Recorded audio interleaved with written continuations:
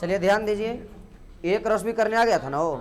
फिर हम बोले थे कि कोई भी अगर यहाँ पर लिखें, पहला एग्जाम्पल में लेते हैं R1 कि R1 बराबर 2,6 है और 3,5 है, 3,6 है और 4,6 है। जिनसे पूछेंगे वही बताइएगा, है ना। ये R1 है। बताओ जी, R1 जो है वह A क्रॉस B में यानी A से B में परिभाषित संबंध है कि ना है? अच्छा, क्या बताए थे हम लोग? हाँ, अगर कोई रिलेशन होगा तब परिभाषित रिलेशन तभी संभव होगा जब A क्रॉस B का वह क्या होगा, सबसेट होगा। और सबसेट होने के लिए बताए थे कि R1 subset A cross B, मतलब R1 का पूरा एलिमेंट किससे मिलना चाहिए, A क्रॉस B में। तो देखो यहाँ 2 और 6 है, इससे मिल रहा है। 3 और 5 है, मिल रहा है। 3 और 6 भी मिल रहा, 4 और 6 भी मिल रहा। तो जब R1 सबसेट है A क्रॉस B का, तो कह सकते हैं कि यह जो R1 है, यह जो संबंध है A से B में परिभाषित संबंध है। फिर से एक एग्जाम्पल और बैठ जाओ। दूसरा नंबर है R2 बराबर, यहाँ लिखा हुआ है 5,3, यहाँ लिखा हुआ है 6,3, फिर है 4,5। ये आप लोग का दिया हुआ है। आप बताइए जी, क्या A से B में परिभाषित संबंध है कि ना है? ना है। काहे? R2 जो देख रहे थे, R2 को परिभाषित संबंध होने के लिए सबसेट होना चाहिए था A क्रॉस किस में, B में। तो इसका पूरा अवयव A क्रॉस B में मिला के देखो, 5, 3 नहीं कहीं मिल रहा है। तो जैसे पता चलेगा कि 5,3 इसमें नहीं है, 6,3 भी नहीं है, मतलब R2 जो है A क्रॉस B का सबसेट नहीं है। और जब ये सबसेट नहीं होगा तो A से B में ये परिभाषित संबंध नहीं है। यहाँ तक सीखा था। अब यहाँ से एक दो बात और समझेंगे। अगर कोई परिभाषित संबंध रहेगा तभी उसमें 3 चीज निकाल सकते हो। क्या जी? एक है डोमेन, एक है रेंज और एक क्या है, को डोमेन। बताए थे ना एकदम। एक इससे ऑब्जेक्टिव 1 नंबर का सवाल हर हाल में रहना है। डोमेन, रेंज, को डोमेन, इससे 1 नंबर का ऑब्जेक्टिव आप लोग को पूछा जाता है। बल्कि वो फंक्शन का डोमेन रेंज हो, या फिर आप लोग का जब इन्वर्स ट्री को पढ़ाएंगे ITF, उसका डोमेन रेंज पूछ सकता है। तो ये डोमेन रेंज वाला बात आप लोग क्लियर रखेगा। डोमेन किसको कहे थे? हाँ, अगर कोई संबंध R A से B में परिभाषित संबंध है तो ऐसी अवस्था में वह रिलेशन के जो भी क्रमित होगा उसका पहले घटक को डोमेन कहेंगे।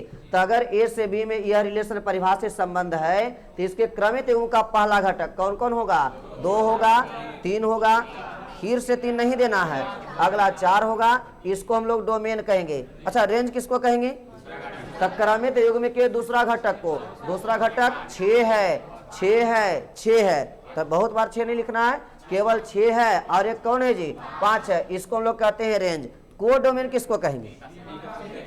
अगर A से B में परिभाषित संबंध है तो सेट B को ही क्या कहेंगे? को डोमेन। तो सेट B पूरा था कितना? 5 और 6, ये आप लोग का को डोमेन कहलाएगा। क्या यहाँ तक बात क्लियर है? अब इसको हटा देते हैं। अब यहाँ से एक पढ़ना है जिसका नाम है द्विआधारी संबंध। हेडलाइन दे दो, द्विआधारी संबंध, binary relation. Step by step से ठीक करते चलना।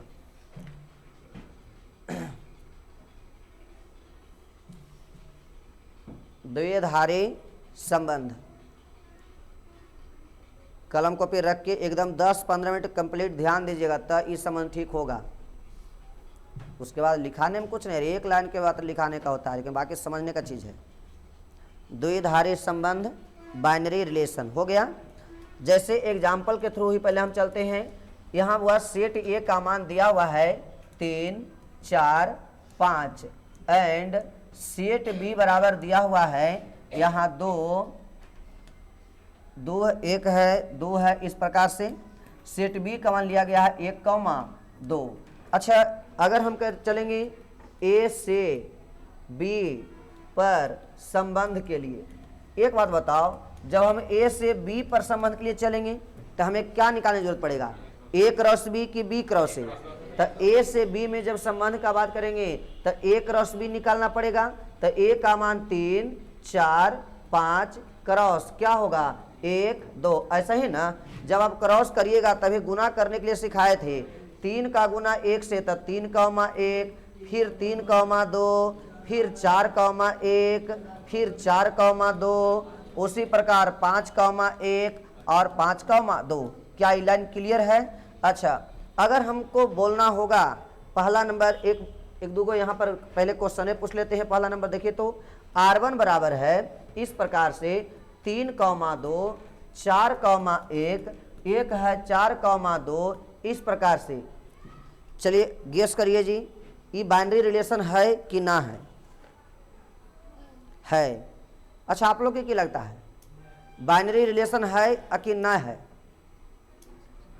अभी क्या बताए थे? बाइनरी रिलेशन मतलब आपको क्या बताया गया कि रिलेशन होने के लिए अगर ए से बी में संबंध की बात करेगा तो वह रिलेशन होने के लिए ए क्रॉस बी का क्या होना चाहिए? सबसेट। सबसेट होने के लिए 3,2 देख लो मिल रहा है, 4,1 मिल रहा है, 4,2 मिल रहा है, तब बोल सकते हैं कि R1 सबसेट है ए क्रॉस बी का, अतः यह बाइनरी रिलेशन है। ऐसा ही रे? हाँ, तो ऐसे जो सोच रहा है महामूर्ख है, नहीं सोचना, बैठ जाओ। देखो अब यहीं से बात को सुना, जब एक बार गलती हो जाता है तो फिर वो गलती परीक्षा तक नहीं होगा।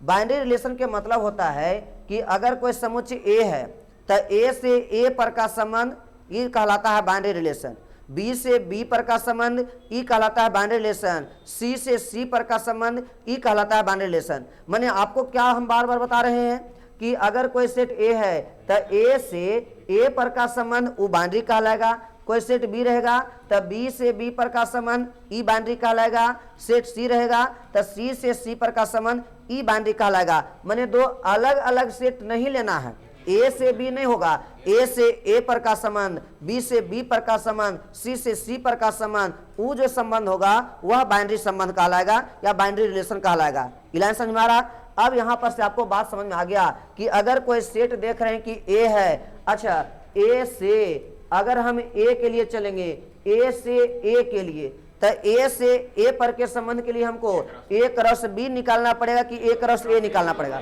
ए क्रॉस ए, तो पहले आप ए क्रॉस ए निकाल दीजिए। ए का मान हुआ 3, 4, 5, आप क्रॉस करिएगा फिर से किसके साथ? 3, 4, 5। ये बताओ कार्टेशियन प्रोडक्ट करने आएगा कि नहीं? बोलो 3 का गुना 3 से 3,3, 3 का गुना 4 से 3,4, उसके बाद 3,5, उसके बाद बोलिए 4,3, उसके बाद 4,4 और उसके बाद 4,5, फिर बोलिए 5,3, फिर क्या होगा 5,4 और फिर क्या होगा 5,5। ई लाइन समझ में आया कि नहीं आया? ई जब हम किए तो ए क्रॉस ए किए हैं और ए क्रॉस ए के अंतर्गत जब हम कोई रिलेशन बनाएंगे, जैसे यहाँ पर दूसरा ये तो होगा नहीं बाइनरी रिलेशन जी।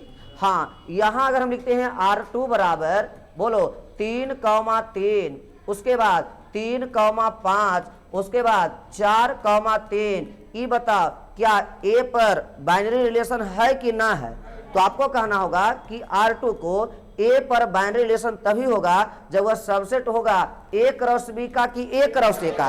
ए क्रॉस ए का। तो ए क्रॉस ए जो तुम किया है देखो तो 3,3 उसमें मिल रहा है, 3,5 भी मिल रहा होगा, 4,3 भी मिल रहा है, अतः बोल सकते हैं कि यह बाइनरी रिलेशन है, वो भी किस समुच्चय पर है? ए पर है। क्या लाइन समझ में आ रहा है? अच्छा, एक क्वेश्चन और इसमें करते हैं। उसी प्रकार अगर ए पर चलेगा तो ठीक है, अगर बी पर कहेगा तब? अगर बी पर बाइनरी रिलेशन पूछेगा तो ए क्रॉस ए नहीं बल्कि क्या करेंगे? B cross B. अच्छा, बी का मान हुआ 2,1 था ना, इसका भी गुना करना है किसके साथ? 2,1 के साथ। अरे 2,1 लिखो, 1,2 लिखो, बताओ वही है ना।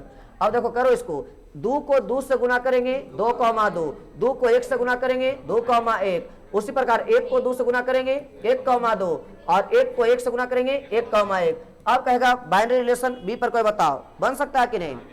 अगर हम एग्जांपल लिए R3 बराबर बताओ यहाँ 2, 2 है, उसके बाद 1, 1 है, यह एक प्रकार का रिलेशन है, ये बाइनरी रिलेशन होगा कि नहीं होगा? होगा, कारण कि हम देख रहे थे कि R3 जो है वो सबसेट है किसका जी? बी क्रॉस बी पर, तो एक ही प्रकार के समुच्चय पर है ना, तब बोल सकते हैं कि यह समुच्चय बी पर एक प्रकार का बाइनरी रिलेशन है, द्विआधारी संबंध है। यहां तक बात समझ आ गया? अब लास्ट बार आप परिभाषा सुनिए, ठीक ठाक हो जाएगा। कहा जाता है कि समुच्चय ए से समुच्चय ए पर का संबंध, समुच्चय ए से समुच्चय ए पर का संबंध ये क्या कहलाता है? द्विआधारी संबंध कहलाता है, बाइनरी संबंध कहलाता है। या फिर समुच्चय बी से समुच्चय बी पर का संबंध, ये आप लोग का क्या बाइनरी रिलेशन अर्थात द्विआधारित संबंध कहलाता है। जहां आप लोग को क्या कहेंगे कि इस प्रकार जो संबंध आएगा वह संबंध में क्रमित युग के रूप में x कॉमा क्या होगा y, लेकिन यह x वो भी बिलोंग करेगा सेट ए में और y वो भी बिलोंग करेगा किस में, सेट ए में। तुम जैसे बात ध्यान दो तो अगर हम ए क्रॉस ए पर R2 को हम लाए थे कि बाइनरी रिलेशन है, तो देखिए तो वह क्रमित युग का पहला घटक 3 ई भी सेट ए में मिलेगा और दूसरा घटक 3 वो भी सेट ए में ही मिलेगा। 3,5 तब 3 सेट ए में मिलेगा, 5 भी सेट ए में मिलेगा, 4 सेट ए में मिलेगा तो यहाँ 3 भी सेट ए में मिलेगा। मतलब हम क्या देख रहे हैं कि बाइनरी रिलेशन में जिस समुच्चय पर अगर वह संबंध बनता है तो वह रिलेशन का क्रमित युग्म का दोनों के दोनों घटक वही समुच्चय में शामिल रहता है। ये बना सकते हो कि नहीं बना सकते? अच्छा, एक दो बात और पूछ लेते हैं आप लोग को। बताओ तो अगर कोई संबंध है बाइनरी रिलेशन में A cross B, B cross A और अच्छा A cross B, A cross A और बी क्रॉस बी, ये सब बराबर हो सकता है कि नहीं हो सकता है? A cross B, A cross A, B cross B, ये बराबर होगा कि नहीं? नहीं। लेकिन कभी कभी आता है क्या कि भैया हम जानते हैं कि ए क्रॉस बी हम करके देख लिए थे, ये दूसरा चीज आया था। बी यहाँ ए क्रॉस बी किए तो इतना आया, ए क्रॉस ए किए इतना आया, अब बी क्रॉस बी किए तो इतना आया, अलग अलग है। तो A cross A, B cross B, यहाँ पर ए क्रॉस बी सब अलग अलग होता है। लेकिन एगो वर्ड लगा दिया था ऑब्जेक्टिव जब पूछा था तो कि यदि ए बराबर बी हो तो, यदि ए और बी आपस में क्या है, बराबर है, तो तुम ए क्रॉस बी करो, चाहे ए क्रॉस ए करो, चाहे बी क्रॉस बी कहो, तीनों का मान आपस में क्या आएगा, बराबर आएगा। लेकिन कब? जब ए और बी दोनों एक ही समुच्चय रहेगा तब। याद रहेगा कि नहीं? तो पहले आप इसका संबंध का परिभाषा लिख लो। द्विआधारी संबंध, समझा है जी? टोपी वाला द्विआधारी संबंध लिखिए डैश देके। समुच्चय ए से, समुच्चय ए से, समुच्चय ए से समुच्चय ए का संबंध, समुच्चय ए से समुच्चय ए का संबंध द्विआधारी संबंध कहलाता है। समुच्चय ए से समुच्चय ए का संबंध बाइनरी संबंध यानी द्विआधारी संबंध कहलाता है। द्विआधारी संबंध कहलाता है। इसे समुच्चय ए में, इसे समुच्चय ए में या समुच्चय ए पर, इसे समुच्चय ए में या समुच्चय ए पर, इसे समुच्चय ए में या समुच्चय ए पर संबंध कहा जाता है।